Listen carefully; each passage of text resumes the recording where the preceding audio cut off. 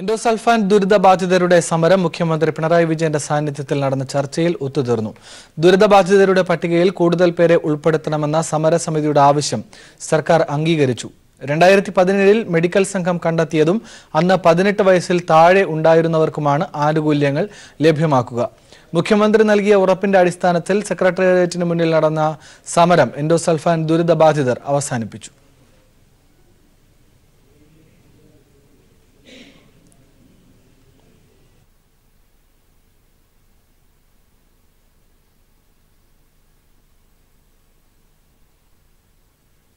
ദിനകർ, എന്തൊക്കെയാണ് വിവരങ്ങൾ?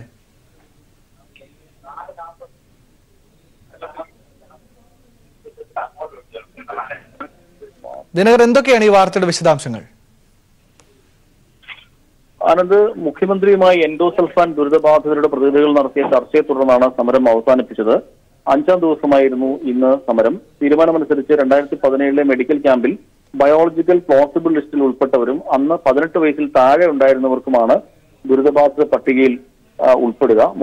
അതോടൊപ്പം തന്നെ ദുരിതബാധിതർക്ക് അനുകൂലമായ തീരുമാനം കൈക്കൊണ്ട മുഖ്യമന്ത്രിക്കും സർക്കാരിനും നന്ദി രേഖപ്പെടുത്തിക്കൊണ്ടാണ് സമരം അവസാനിപ്പിച്ചത്. ഇന്നത്തെ തീരുമാനം അനുസരിച്ച് പ്ലാന്റേഷൻ കോർപ്പറേഷൻ സ്ഥിതി ചെയ്യുന്ന 11 പഞ്ചായത്തുകളിൽ ഉള്ളവരെ മാത്രമേ പട്ടികയിൽ ഉൾപ്പെടുത്തൂ എന്ന നിബന്ധന എടുത്തു കളഞ്ഞിട്ടുണ്ട്. 27 പഞ്ചായത്തുകളിൽ ഉൾപ്പെടുന്നവർക്കും ആനുകൂല്യം ലഭ്യമാകും. പുതിയ തീരുമാനം അനുസരിച്ച് 480ഓളം പേർക്കാണ് അധികമായി ആനുകൂല്യം ലഭിക്കുക. ഗുരുതരമായ രോഗം ബാധിച്ചവർക്ക് സുപ്രീം കോടതിയുടെയും ദേശീയ ശിശുക്ഷേമ കമ്മീഷന്റെയും നിർദ്ദേശമനുസരിച്ചുള്ള 5 ലക്ഷം രൂപയും മറ്റുള്ളവർക്ക് 3 ലക്ഷം രൂപയുമാണ് ലഭിക്കുക. അതോടൊപ്പം പട്ടികയിൽ ഉൾപ്പെട്ടവർക്ക് നിർദ്ദിഷ്ട ആശുപത്രിയിൽ സൗജന്യ ചികിത്സയും കുട്ടികൾക്ക് പുനരധിവാസ പാക്കേജും ലഭ്യമാകും. എന്തായാലും സംസ്ഥാന സർക്കാരിന്റെ മുഖ്യമന്ത്രിയുടെ ഇടപെടലിനെ തുടർന്നാണ് സമരം ഇന്ന് അവസാനിപ്പിക്കാൻ ഉള്ള വഴി തെളിഞ്ഞത്. 5 ദിവസമായ സെക്രട്ടേറിയറ്റിന് മുന്നിൽ ഇവർ സമരം നടത്തി വരികയായിരുന്നു. 1905 പേരാണ് 2017 ലിസ്റ്റിൽ പ്ലോസിബിൾ ലിസ്റ്റിൽ ഉൾപ്പെട്ടിരുന്നത്. അതിൽ 18 വയസ്സിൽ താഴെ അന്ന് 18 വയസ്സിൽ താഴെ ഉണ്ടായിരുന്നവർക്കുമാണ് ഇപ്പോൾ ആനുകൂല്യം ലഭ്യമാവുക. ബാക്കിയുള്ളവരുടെ പരിശോധനകൾ ഇനി നടക്കും. അതിന്റെ അടിസ്ഥാനത്തിൽ മറ്റുള്ളവർ അവർക്ക് ആനുകൂല്യം ലഭിക്കുമെങ്കിൽ അല്ലെങ്കിൽ അത് അവർ പട്ടികയിൽ ഉൾപ്പെട്ടു വരികയാണെങ്കിൽ കൂടുതൽ പരിശോധന അടിസ്ഥാനത്തിൽ ഇക്കാര്യം ജില്ലാ കളക്ടർ പരിശോധിക്കും. അതിന്റെ അടിസ്ഥാനത്തിൽ അവർ പട്ടികയിൽ ഉൾപ്പെടുകയാണെങ്കിൽ അവർക്കും ഈ ആനുകൂല്യം ലഭിക്കും. നേരത്തെ 11 പഞ്ചായത്തിൽ ഉൾപ്പെട്ടവരെ മാത്രമാണ് ലിസ്റ്റിൽ ഉൾപ്പെടുത്തിയിരുന്നത്. അത് മാറ്റി എല്ലാ പഞ്ചായത്തിലും ജില്ലയിലെ മുഴുവൻ പഞ്ചായത്തുകളിലും ഉൾപ്പെടുന്നവരെ ഇതിൽ അല്ലെങ്കിൽ അസുഖം ബാധിച്ചവരെ ഈ ലിസ്റ്റിൽ ഉൾപ്പെടുത്തണമെന്ന ആവശ്യമായിരുന്നു സമരസമിതി മുന്നോട്ട് വച്ചത്. അതാണ് സംസ്ഥാന സർക്കാർ ഇന്ന് പൂർണ്ണമായും അംഗീകരിച്ചിരിക്കുന്നത്. KG ദിനകറാണ് വാർത്തയുടെ വിശദാംശങ്ങൾ നൽകിയത്. എൻഡോസൾഫാൻ ദുരിതബാധിതർ സെക്രട്ടേറിയറ്റിന് മുന്നിൽ നടത്തി വന്ന സമരം മുഖ്യമന്ത്രിയുമായി നടത്തിയ ചർച്ചയെ തുടർന്ന് അവസാനിപ്പിച്ചിരിക്കുന്നു. ഹർത്താൽ ദിനത്തിൽ നെടുമങ്ങാട് പോലീസ് സ്റ്റേഷന് നേരെ ബോംബെറിഞ്ഞ മുഖ്യപ്രതി പ്രവീൺ പിടിയിൽ. തമ്പാനൂർ റെയിൽവേ സ്റ്റേഷനിൽ വച്ചാണ് RSS നേതാവ് പ്രവീൺ പോലീസിന്റെ പിടിയിലായത്. പ്രവീണിനൊപ്പം മറ്റ് 2 RSS പ്രവർത്തകരും അറസ്റ്റിലായി. ഇവരെ നാളെ നെടുമങ്ങാട് കോടതിയിൽ ഹാജരാക്കും.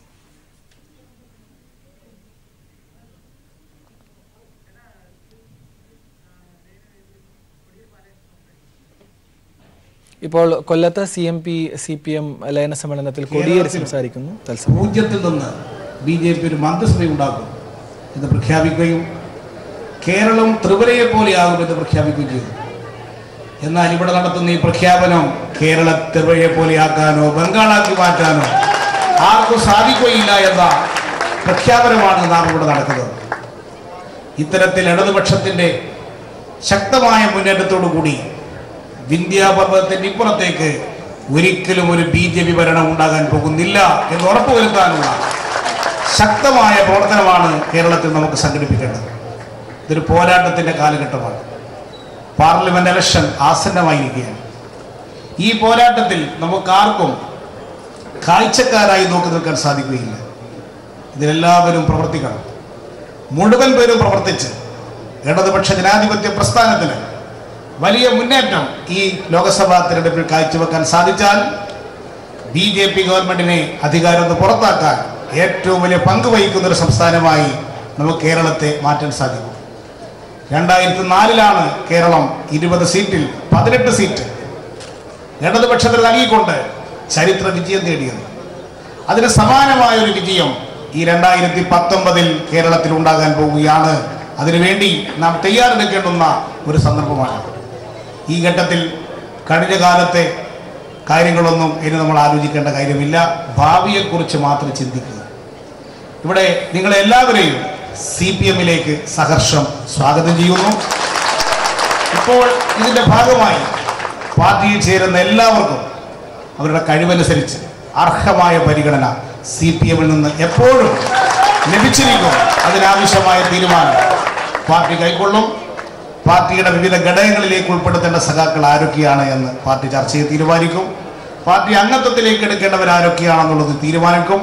പോളിറ്റ് ബ്യൂറോവിൻ്റെ മുമ്പിൽ ഈ കാര്യങ്ങളെല്ലാം സമർപ്പിച്ചുകൊണ്ട് അനുമതി വാങ്ങിക്കൊണ്ട് അധികം താമസിയാതെ ഇത് സംബന്ധിച്ച് ഓരോരുത്തർക്കും അർഹമായ പരിഗണനക്കനുസരിച്ചുകൊണ്ടുള്ള തീരുമാനം CPM കൈക്കൊള്ളും എന്നുകൂടി അറിയിച്ചുകൊണ്ട് നിങ്ങളെല്ലാവരെയും അഭിവാദ്യം ചെയ്തുകൊണ്ട് ഞാൻ വാക്കുകൾ നിർത്തുന്നു. CMP ലയന സമ്മേളനം കൊല്ലത്ത് നടക്കുകയാണ്. നേരത്തെ മുഖ്യമന്ത്രി സമ്മേളനം ഉദ്ഘാടനം ചെയ്തു. ഇപ്പോൾ കോടിയേരി സംസാരിക്കുകയായിരുന്നു. ലോക്സഭാ തെരഞ്ഞെടുപ്പിൽ ഒരു സീറ്റ് കൂടി ആവശ്യപ്പെട്ടിട്ടുണ്ടെന്ന് KM മാണി. ഇത് പരിഗണിക്കും എന്നാണ് പ്രതീക്ഷയെന്നും മാണി പറഞ്ഞു. കൂടിയാലോചനകളിലൂടെ പ്രായോഗികവും രമ്യവുമായ പരിഹാരം ഉണ്ടാകുമെന്നും അദ്ദേഹം മാധ്യമങ്ങളോട് പ്രതികരിച്ചു. അങ്ങനെയൊക്കെ പറഞ്ഞാൽ രണ്ട് സീറ്റ് വേണം ഞങ്ങൾ ആവശ്യപ്പെട്ടിട്ടുണ്ട്. കൂടിയാലോചനകളിൽ കൂടി രമ്യമായ പരിഹാരം ഉണ്ടാവും. വിട്ടുവീഴ്ച എന്തായാലും ഉണ്ടാകും. എന്തിനാ അങ്ങനെയൊക്കെ ചോദിക്കേണ്ട കാര്യങ്ങളില്ല. മുസ്ലിം ലീഗ് ഇപ്പോൾ കൂടുതൽ സീറ്റ് ചോദിച്ചിട്ടുണ്ട്. അവരായിട്ട് KPCC അധ്യക്ഷൻ ചർച്ചയും നടത്തി. അതിനെപ്പറ്റി കൂടുതൽ പറയേണ്ട കാര്യമില്ല. ഞങ്ങൾ ഒരു സീറ്റ് കൂടെ ചോദിച്ചിട്ടുണ്ട്. അങ്ങനെ എല്ലാ പാർട്ടികളും അവരുടേതായ ഡിമാൻഡുകൾ മുന്നോട്ട് വയ്ക്കും. എല്ലാം കൂടി അവസാനം ഞങ്ങൾ എല്ലാവരും കൂടെ കൂടിയാലോചിച്ച് പ്രായോഗികവും രമ്യവുമായ തീരുമാനമെടുക്കും. എനിക്കൊന്നും അതിനെപ്പറ്റി ഒന്നും പറയാനില്ല. ഓരോ പാർട്ടികൾക്കുള്ള അവകാശങ്ങളാണ് സീറ്റുകൾ ചോദിക്കുക, മത്സരിക്കുക. കൂടുതലും ഇതിനെപ്പറ്റി ചോദ്യത്തിന് ഉത്തരങ്ങളില്ല. കേരള കോൺഗ്രസ് ഒരു സീറ്റും കൂടി ചോദിച്ചിട്ടുണ്ട്. അതിനുവേണ്ടി ഞങ്ങൾ നിലകൊള്ളുന്നു. അത് സാധിച്ചു കിട്ടും എന്നുള്ളതാണ് ഞങ്ങളുടെ മുന്നണിയെ പ്രതിസന്ധിയിലാക്കില്ല. ഇല്ല, അതെനിക്കൊന്നും ഞങ്ങളായിട്ട് തന്നെ ആകെ പ്രതിസന്ധിയിലാക്കുന്നത്. അതായത് വലിയ സമ്മർദ്ദമൊന്നും ഇല്ലെന്നേ. സീറ്റ് ചോദിക്കുന്ന സമ്മർദ്ദമൊന്നും അല്ല. PJ ജോസഫ് ഭാഗത്തിന് അതൃപ്തി ഇപ്പോഴും ഉണ്ടോ സാർ?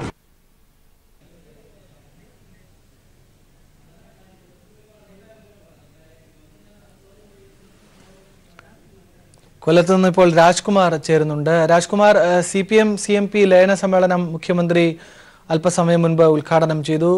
കേന്ദ്രത്തിന്റെ തെറ്റായ നയങ്ങൾക്കെതിരായ പ്രക്ഷോഭങ്ങൾക്ക് നേതൃത്വം നൽകാൻ ഇടതുപക്ഷത്തിനായി എന്ന് അദ്ദേഹം പറഞ്ഞു. കൂടുതൽ കരുത്താർജിക്കണം ഇടതുപക്ഷം ഈ ഘട്ടത്തിൽ എന്നും അദ്ദേഹം സൂചിപ്പിച്ചു. എന്തൊക്കെയാണ് വിശദാംശങ്ങൾ? 35 വർഷങ്ങൾക്ക് ശേഷമാണ് CPM വിട്ടുപോയി CMPക്ക് ND രാഘവന്റെ നേതൃത്വത്തിൽ രൂപം നൽകിയ പാർട്ടി ഇപ്പോൾ അതേ രൂപത്തിൽ തന്നെ ഇപ്പോൾ തിരിച്ച് CPM-ലേക്ക് ലയിച്ചുകൊണ്ട് എത്തിയിരിക്കുന്നത്. അങ്ങനെ ആ രാഷ്ട്രീയ ചരിത്രത്തിൽ ഒരു പുതിയ ഏട് കുറിച്ചുകൊണ്ടുള്ള ലയന സമ്മേളനമായിരുന്നു കൊല്ലത്ത് നടന്നത്. അതിന്റെ ഉദ്ഘാടനം മുഖ്യമന്ത്രി പിണറായി വിജയൻ തന്നെ നിർവഹിക്കുകയും ചെയ്തു. അദ്ദേഹം ഇതിൽ രാഷ്ട്രീയ പ്രസംഗത്തിലുടനീളം അദ്ദേഹം ഒരു കാര്യം വളരെ വ്യക്തമാക്കിയിട്ടുണ്ട്. അതായത് കേരളവും ബംഗാൾ, ത്രിപുര പോലെ കേരളത്തെ ആക്കാൻ BJPക്ക് കഴിയില്ല എന്ന് കൃത്യമായ വിവരങ്ങൾ ചൂണ്ടിക്കാട്ടി പിണറായി വിജയൻ പറഞ്ഞു. അതായത് മതനിരപേക്ഷത ഉയർത്തിപ്പിടിക്കുന്ന സ്ഥാനാർത്ഥികൾ മാത്രമേ വോട്ട് ചെയ്യാവൂ എന്ന് ജനങ്ങൾ തീരുമാനിക്കണം.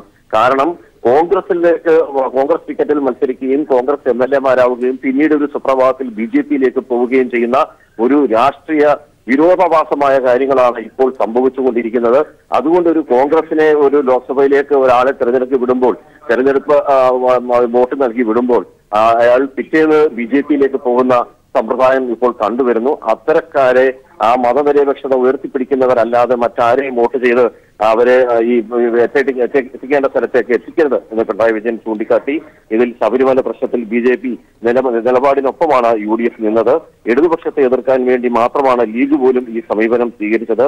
സ്ത്രീകളെ ഇരുണ്ട കാലത്തേക്ക് തള്ളിവിടാൻ കഴിയില്ല എന്ന പ്രഖ്യാപനമായിരുന്നു വനിതാ മതിൽ. കാലുമാറില്ല എന്ന് ഉറപ്പുള്ളവരെ മാത്രമേ തെരഞ്ഞെടുപ്പിൽ വിജയിപ്പിക്കാവൂ എന്നും മുഖ്യമന്ത്രി സൂചിപ്പിച്ചു. ശരി, രാജ്കുമാറാണ് കൊല്ലത്ത് നിന്ന് വിശദാംശങ്ങൾ നൽകിയത്. CMP പ്രവർത്തകർ ദീർഘമായ നാളുകൾക്ക് ശേഷം CPM-ലേക്ക് ലയിച്ചിരിക്കുന്നു കൊല്ലത്ത്. അതിന്റെ വിശദാംശങ്ങളാണ് രാജ്കുമാർ നൽകിയത്. മുഖ്യമന്ത്രിയാണ് ലയന സമ്മേളനം ഉദ്ഘാടനം ചെയ്തത്. കോടിയേരി അടക്കമുള്ള CPM നേതാക്കളും ലയന സമ്മേളനത്തിൽ പങ്കെടുത്തു. സംസ്ഥാനത്തെ ഏറ്റവും മികച്ച ശിശു സംരക്ഷണ കേന്ദ്രമായി കോട്ടയത്തെ ഗവൺമെന്റ് ചിൽഡ്രൻസ് ഹോം തിരഞ്ഞെടുക്കപ്പെട്ടു. തിരുവനന്തപുരത്ത് നടന്ന ചടങ്ങിൽ വനിതാ ശിശു വികസന വകുപ്പ് മന്ത്രി KK ശൈലജ പുരസ്കാരം സമ്മാനിച്ചു. സംസ്ഥാന ശിശുവികസന വകുപ്പിന്റെ കീഴിൽ പ്രവർത്തിക്കുന്ന ശിശു സംരക്ഷണ കേന്ദ്രങ്ങളുടെ പ്രവർത്തനങ്ങൾ വിലയിരുത്തിയാണ് കോട്ടയം ഗവൺമെന്റ് ചിൽഡ്രൻസ് ഹോം മികച്ച ഹോമായി തിരഞ്ഞെടുക്കപ്പെട്ടത്. ഇത് രണ്ടാം തവണയാണ് കോട്ടയം ഗവൺമെന്റ് ചിൽഡ്രൻസ് ഹോം ഈ നേട്ടം കൈവരിക്കുന്നത്. കുട്ടികൾക്ക് നൽകുന്ന വിവിധ സേവനങ്ങൾ, അടിസ്ഥാന ഭൗതിക സാഹചര്യങ്ങൾ, കഴിഞ്ഞ വർഷം നടത്തിയ പ്രധാന പദ്ധതികൾ എന്നിവ വിലയിരുത്തിയാണ് മികച്ച ചിൽഡ്രൻസ് ഹോമിനുള്ള അവാർഡ് കോട്ടയം ഹോം നേടിയത്. വർണ്ണച്ചിറകുകൾ 2019 ചിൽഡ്രൻ ഫെസ്റ്റിന്റെ ഉദ്ഘാടന സമ്മേളനത്തിൽ വെച്ച് മന്ത്രി കെ ശൈലജ ടീച്ചർ അവാർഡ് വിതരണം ചെയ്തു. സ്ഥാപന സൂപ്രണ്ട് മോഹനനും കുട്ടികളും മറ്റും ചേർന്ന് പുരസ്കാരം ഏറ്റുവാങ്ങി. വനിതാ ശിശുവികസന വകുപ്പ് സ്പെഷ്യൽ സെക്രട്ടറി ബിജു പ്രഭാകർ, ബാലാവകാശ commission chairman advocate P Suresh, director Sheeba George തുടങ്ങിയവർ പങ്കെടുത്തു. News desk.